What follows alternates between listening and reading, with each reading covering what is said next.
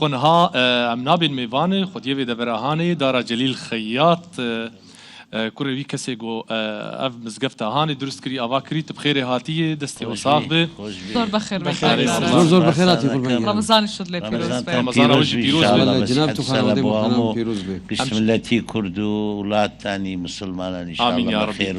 وببركته آمين يا رب. وسلامتي يا اميرو رب. الويدري بون دستي بله. وساق به سباس بو سينغا خير فرهجي تخسير نكر الويدري ما تشتكي قال لك بدوديت رحمه خديل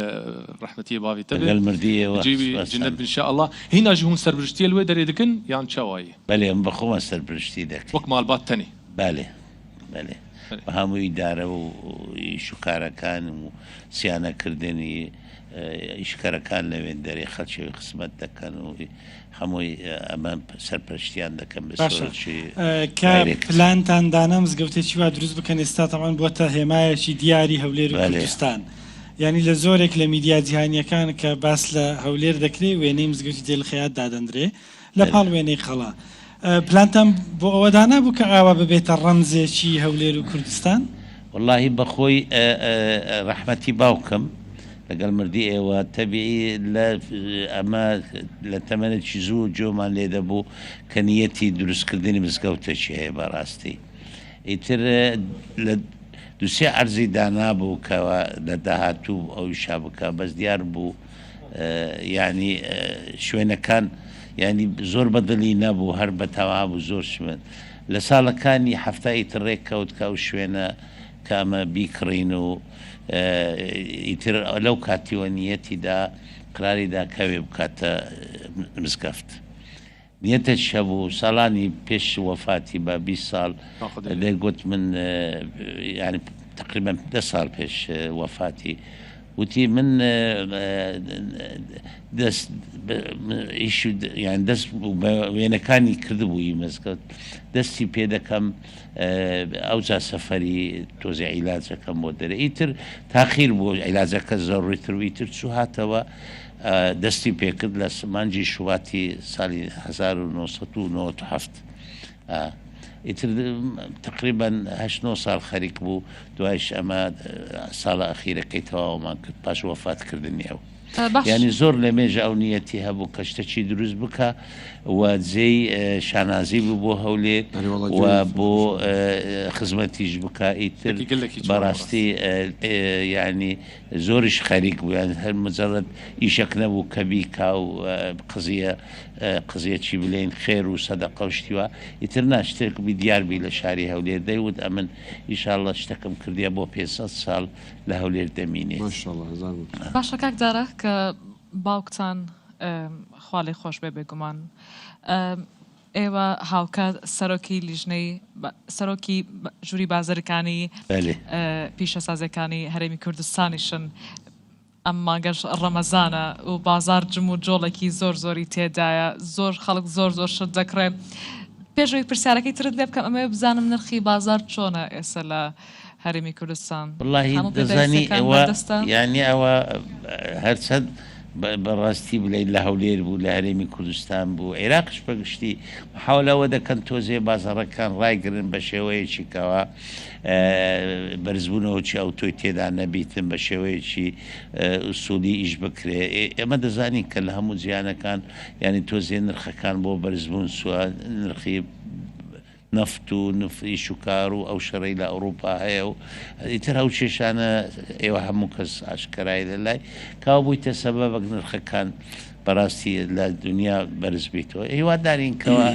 او تشيش او شرانا بزوترين كاتوا بي واشتكانيش بقريتو سراستي بيشي خوي براستي يعني خلشي مش دبي اما قاما ليبي يعني لنرخ كان بشيوتشي يعني اما لجورة كاني بازرقاني بردوام لقل برادراني بازرقاني ما بس اويكا محافظة لسر بابتي بازار بكري له شيوان وله شي كوا تأثير له خلق بكا بشيوتش كشتي ببورا بلانێکی تایبەتان هەیە بۆ ڕەمەزان کە ڕێگری لەوە بکەن ئێوە وەکو بازرگان وەکو ژووری بازرگانی ڕێگری لە هەڵاوسان و لە بەرز يعني اما دزاني عادة او شتانا كاك برا يعني دولة بيلسي ودزان قائم قامەتە محافظەیە بە ڕقابەی بلینتیزاری کە بەندە بە وەزارەتی بازرگانی ئەوانە ویشەی دەکەن و ئاگایکی باشیان لە بازارە ئەمە ینی ئەو دەسەڵاتەمان نییە متابعی بازارکە مەعەدە بەڵام وەکو خۆتان وەکو بەڵێ ئەمە بە برادرانی خۆمان تەوزیان دەدەینێ زۆر گرنگەکەوە محافظە لەسەر وەزعیەتی بازار بکەن چونکو هەر یاریەک هەر زیاد بوونەك ئەزیەتی خەڵک دەدا و بازار دەشێوێنی دەبیتە هۆی دروستکردنی تۆزێ بەشاکیل بۆ کاکدارە تەوجیهەکان چین ئەوی کە لە بینی خۆشانەوەیە یعنی نرخەکان چەندی پێمان دەکرێت ئەوی شتەکانی کاڵەکان مەوجودە لەسەر نرخەکەی خۆی بمینی هەتا شتی نوێ دێ بەو تەریقەی ئیدارە بکرێت ئەمە هێستا شتێک لە هیچ گران نەبووە یان حرکەتەکی ئەو تۆی بەسەر نەهاتووە ئیتر خەڵکەکە یانی سوود لەم دەرفەتانە وەردەگری بۆ ئامانجی کاکدارەگیان گەورە بازرگانن زۆرن ماشەڵڵا لە هەولێر هەزار ماشەڵڵا دەمەوێت بزانم ینی لە هەولێر چەند میلیۆنەر هەیە چەند میلیاردر هەیە ناتانم باغەلی خەڵک حساب ئەمە هیوامان وای هەموو من لە تیمە ئینشاڵڵا بە ئیمکان دەبن یعنی خەڵکی وڵاتی ماوەکی زۆر مەشاکیل و کێشیان کم دەرامەتی و کنژیان و ئەزیە یا حەقی خۆیانە تەمەتوع بکەن ئینشاڵڵا هەموویان ئەوجا ملیۆنیان دەبی زیاتریشیان دەبی پیرۆسیان بیار کەسە شێ بکە ئەمە خەڵکی ما حەز دەکەین با سەرکەوتوو بین ئەمە ژۆکی وڵاتانی دیکە ئیش و کارەکانمان ئەوە بی چەند مەجالمان نەبی ئیمکانیەتمان هەبی وڵاتمان جوانتر دەبی خەڵک بە ئیمکانیەت بی ئیشی باشتر دەکا حەز دەکەین لەو ڕوانگەیەوە پێیان پرسیاریکردێمەش حەز دەکەین خەڵکی لە زۆرترین ملیۆنێر و ملیاردێر بی بەگشتی هەڵسەنگاندنی ئێوە وەکو ژووری بازرگانی بۆ دۆخی ئابووری کوردستان چۆنە؟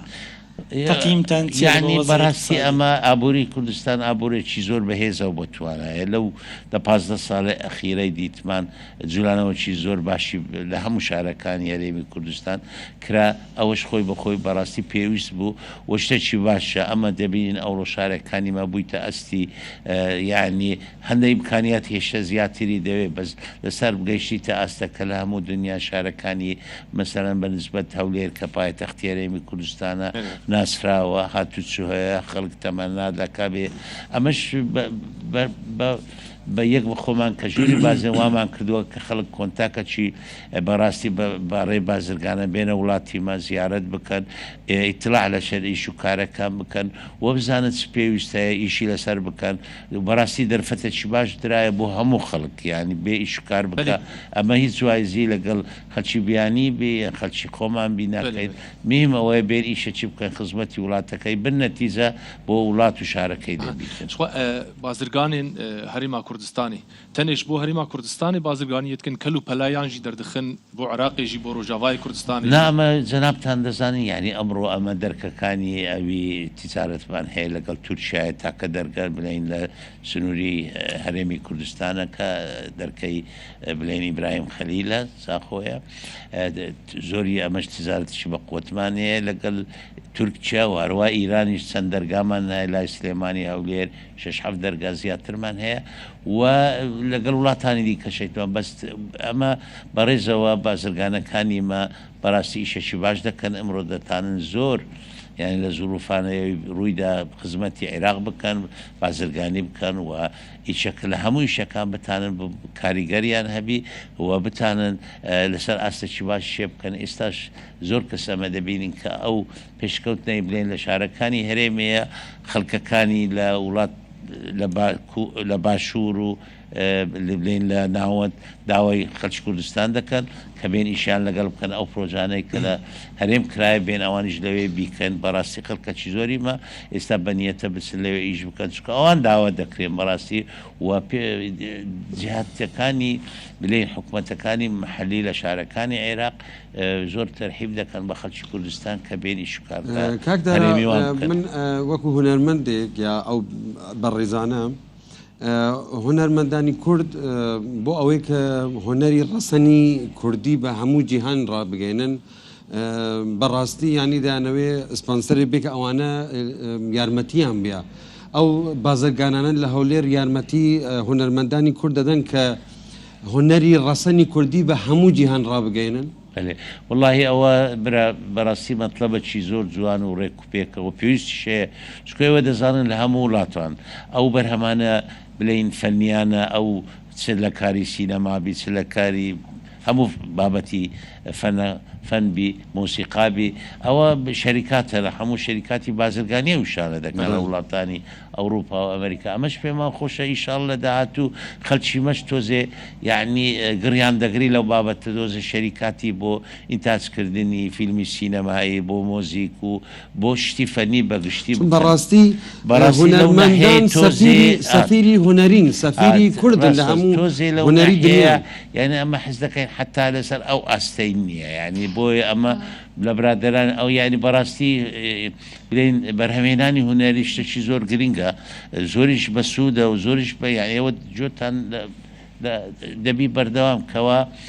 ئەو شەریکاتانە هەموو شەریکاتی ئیملاقن بە ملیارەت ئیشە دەکەن و خەزانزیشیان هەیە بۆی ئەمە لێرەوە هیوادارین کە بڵێن قسەکانی جەنابەت بێتە دێ برادرانی مەش بازرگانەکان خەڵکی ڕاستمال وەبەرهێن بکەن لەو بابەتە و وابزانم سوودەکی باشی دەبی لە داهاتوو. باشە ئەی بازرگانەکان لە مانگە ڕەمەزاندا چۆن هاوکاری هەژاران دەکەن؟ وڵای ئەوەی تر خەڵکی مسلمان یعنی عادەتەن دەڵێن ئەوە دەبی ڕوانجی ڕەمەزانە زەکات بدەن ئیتر کەسە بای خۆی ئەوە یعنی بە شێوەیەکی خزمەتی خەڵک بکەن ئەوە زۆر زەڕیە چونکو ئەوە دینەکەشمان هەردەلێ ئەوە ئینسانیەتیش داوای ئەو شتە دەکا یعنی بە قورئان خوددا بەخۆی دەلێ لە مالی زەنجینان بەشی فەقیران هەیە دەبێ ئەوانش بدرێ ئەوەش واجبە لەسەر خەڵکی بە سامان و سەروەت یارمەتی خەڵکی کەم دەرامەت بدە. باشە بەو پێی تۆ سەرۆکی ژووری بازرگانی و پیشەسازی دۆخی وەبەرهێنان و ئیستیسماری بیانی و ئەجنەبی ئێستا لە کوردستان و لە هەولێر بە تایبەتتر چۆنە چونکە قسە هەیە دەڵێ ئێستا وەکو پێشتر نییە بەهۆی ئەو دۆخەی کە دروست وڵی برا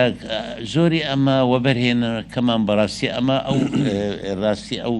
معلوماتە هەیە بەس لەو دەمەی لەو کاتەی لە لای من نییە زۆری ئیستیسمارەتەکانی وەبەرهێنەکان لۆکەڵە خەڵکی خۆمان ئەمە کردیتیان هەیە بیانی هەنا مەسەر نسبەتە چی بە تەقدیری من لە 15 زیاتر نییە. ئەمە کەم نەبووتەوە ئێستا یعنی کەبوونەوەکەی بەخر بەرامبەری زیادی لە وەبەرهێنانی لۆکەلی احتمالە زۆر زیاد بووە و بینەی ئەو ساڵ دو ساڵی ڕابردوو شتە ئیستیسمارێکی زۆر هەیە دەبێ ئەوە کەرتی گرنگ زۆر کەرتەکەی گرنگە کەرتی بینا و ئینشاءاتە ئەو زۆری بردووە بەس ئەمە چەند حکوومەتی ئێمە ئێستا داوا دەکات لە کەرتی پیشەسازی بکرێ کەرتی کشتتوکاری بکرێەوە کەرتی گەشت و گوزاریش بکرێ ئەو سێ کەرتە زۆر گرنگن لە داهاتوودا بۆ لە بۆ هەرێمی کوردستان چونکو بەڕاستی بوون و کشتتوکارێکی بەخوت بوون و پیشەسازیەکی کە خزمەتی ئەو بابەتە و بابەتی دیکەش بکە و هەروەش وڵاتی وڵاتێکی گەشت و گوزاریە بەڕاستی ئەمە زۆر ئاسانە ئێستا دەبینین یعنی ئەمە دەتانین من هەر دەمەکەوتومە بە چەند ملیۆن نەک گەشت و گوزاری بیانی بینین بەڵکو خۆماڵی بینین لە عێراقەوە یعنی لە حدودی 6-7 ملیۆن ئەگەر ئەو ڕقەمانە ئەمە بتانین ئیشی لەسەر بکەین بەڕاستی ئەوە شتێکی زۆر باشە چونکو سامان و سەروەتی خەڵکی کوردستان کاکدارا ئێستا ئێمە لە سەری قەڵای هەولێریم وە میژوو ئەوانە کە لە تاریخن ئەڵێن 6,000 ساڵ هندیکان ئەڵێن 8,000 ساڵ لێرا ژیان کراوە ئایا بازرگانان ئەو بازرگانانەکە لە هەولێر بۆ قەڵای هەولێر یعنی پرۆژێکیان هەیە مەسەلەن وەکو ئەوەی هۆتێلیکی بەناوبانگی بین و دووەلی جیهانی دروستکەن کە ئەوانەی کە